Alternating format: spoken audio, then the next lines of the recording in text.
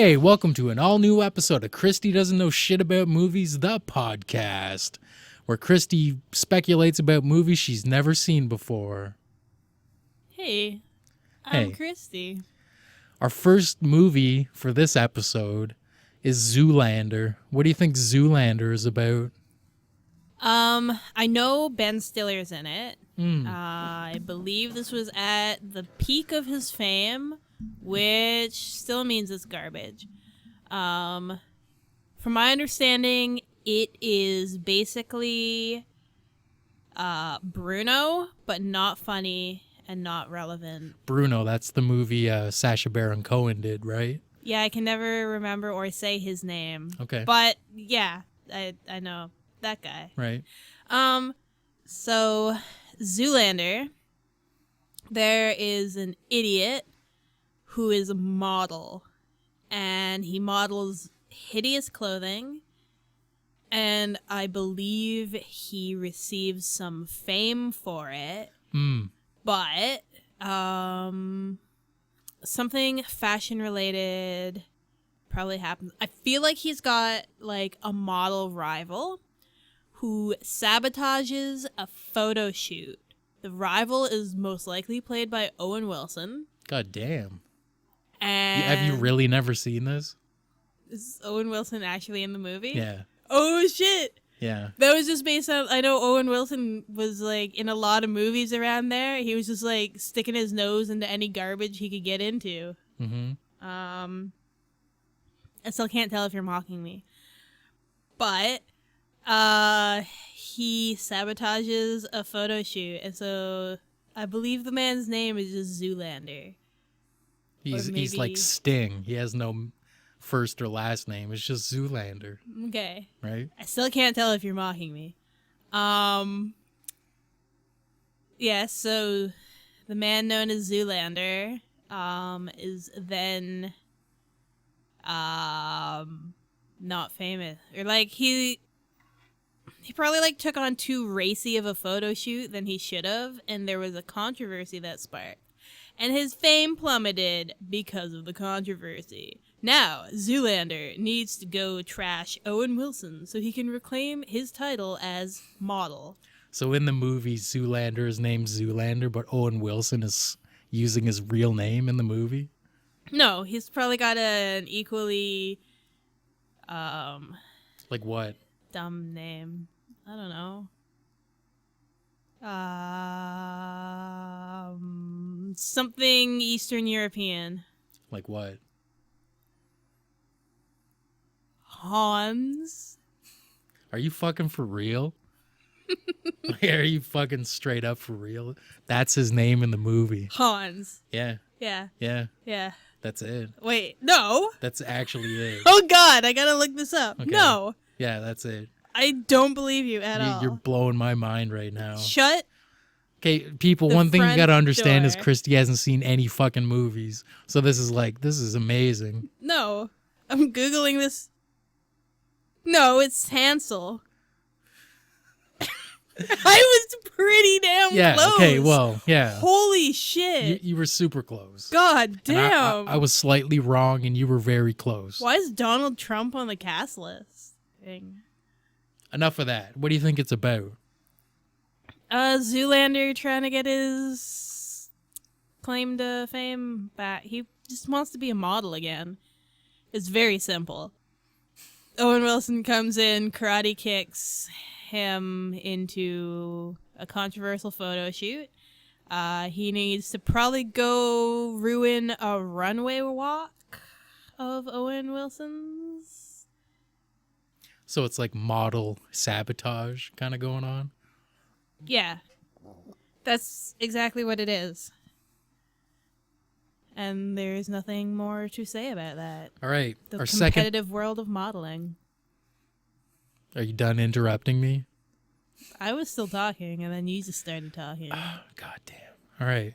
Our second movie is E.T., the Extraterrestrial. What do you think E.T. is about? It is directed by Steven Spielberg, starring a cast of nobodies and a puppet.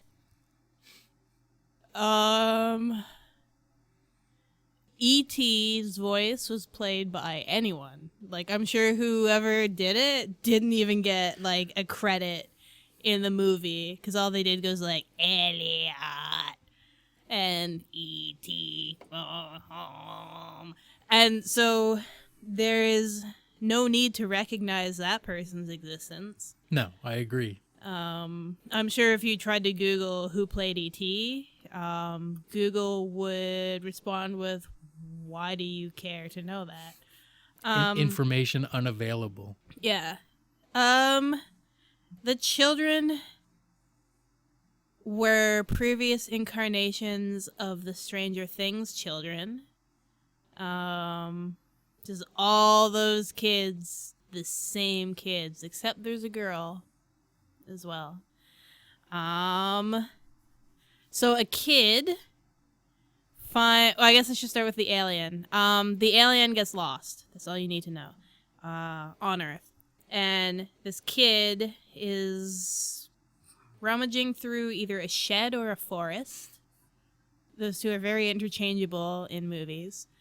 He's rummaging through something, and he finds an alien, and rather than just bashing its creepy face in, like any normal person would react in that way, he is like, that could be cool. And so he brings what could very well be a dangerous, ravenous, murdering alien into his house because he doesn't love his family and does not care for their safety. So this dumb kid brings the alien home. It turns out it's not an evil alien, but he introduces it first to his sister because he really doesn't like her. Like, at least his mom and dad give him stuff and food, but there's no point of having a sister. So, if it's gonna kill someone, that's the person you want it to kill. So he introduces it, and then they touch his glowing finger, even though glowing things typically indicate hot. And they were like, this is fine. So they befriend this alien, and it brings their dead-ass houseplant back to life, which is some kind of confirmation that he's not evil. And I don't think that that's a correlation that anyone should make, because I believe even serial killers could grow plants. It's a fair assumption. Yeah. Like, Picton had like a whole farm. He could grow things. So to make the connection that an alien could grow a plant, meaning that that is like a sign of being kind, isn't really the case. True that. Yeah. So anyways, these kids decide to trust it because it's a gardener and try to help it go home. And the cops are like, no, that's dangerous. Stop playing with aliens. Give it to us. We're going to dissect it. And the kids are like, no, it can garden. It deserves to go home. So they bike across the moon. And I feel like this isn't quite fair because I haven't seen the movie, but I've been on the ride at Universal Studios. Yeah. And now I don't believe that the movie includes this, but at the end of the ride, you're on the bike and you bike across the moon, and then you end up on E.T.'s planet where there are a lot of singing flowers. And I don't think that's in the movie.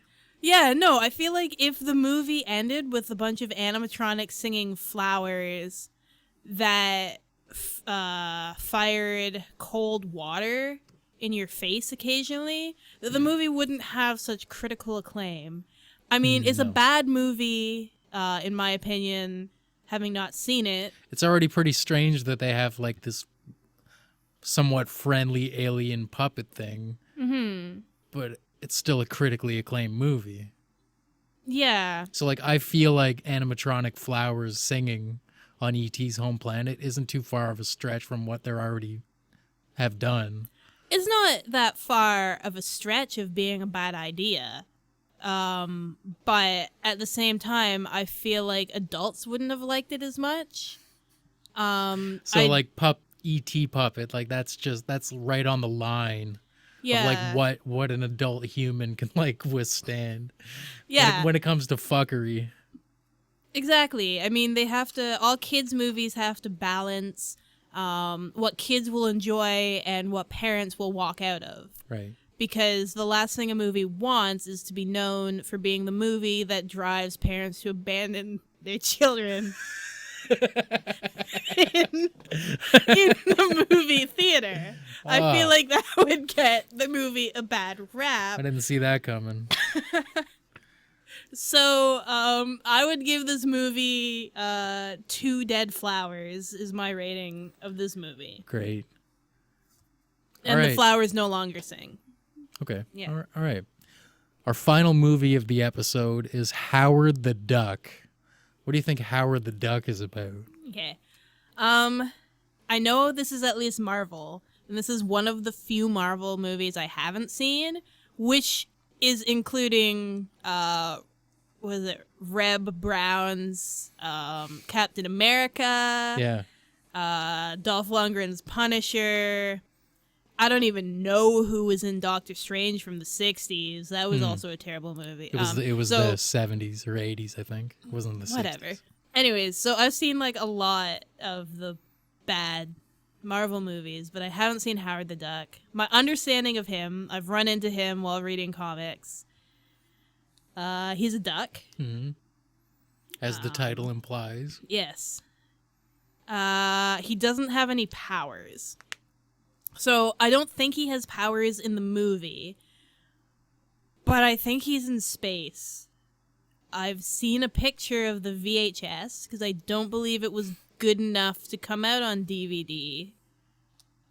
Perhaps a Laserdisc edition is out there somewhere. I bet you. Yeah, I'd watch it on Laserdisc.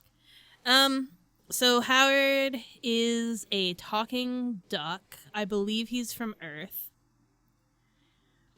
He is in space, and he's probably solving some space mystery. I don't know if they involved any other, like, Marvel characters in it. I'm just gonna say he's probably fighting... He's not fighting. He's investigating, like, the Kree, and I'm sure there's a bet... Is it... It's not animated, is it? Is it live action? Do you want me to tell you? I think it's live action. I think Howard's a puppet or a man in a suit. So there's probably some really bad practical effects for aliens. And he goes around the galaxy solving the mystery of why the Kree are so uppity and trying to kill everyone. Because I feel like that's a major plot in many, many Marvel things. So he does that. As for who's in it, I don't know. I feel like if there was a man in a suit playing Howard, it's probably Danny DeVito. I feel like he's the right size, like he's the right build to play a duck. Even if he's not, like, I feel like his voice as a gristled detective would work well. And I'm still bitter he's not playing Detective Pikachu. I'd watch anything with Danny DeVito in it. Yeah. I feel like it's campy enough for Danny DeVito, too. Yeah. Yeah, a duck in space talking, solving mysteries. Danny DeVito's name written all over it. The supporting actors don't matter. It might not even exist. It might be animated and every voice Danny DeVito's, for all I know. All right. Thanks for tuning in. That's another episode in the can. It was a pretty good episode. Not a bad one. I might actually go watch Howard the Duck and see how wrong I was. You do that. You do that. All right. Goodbye. Bye.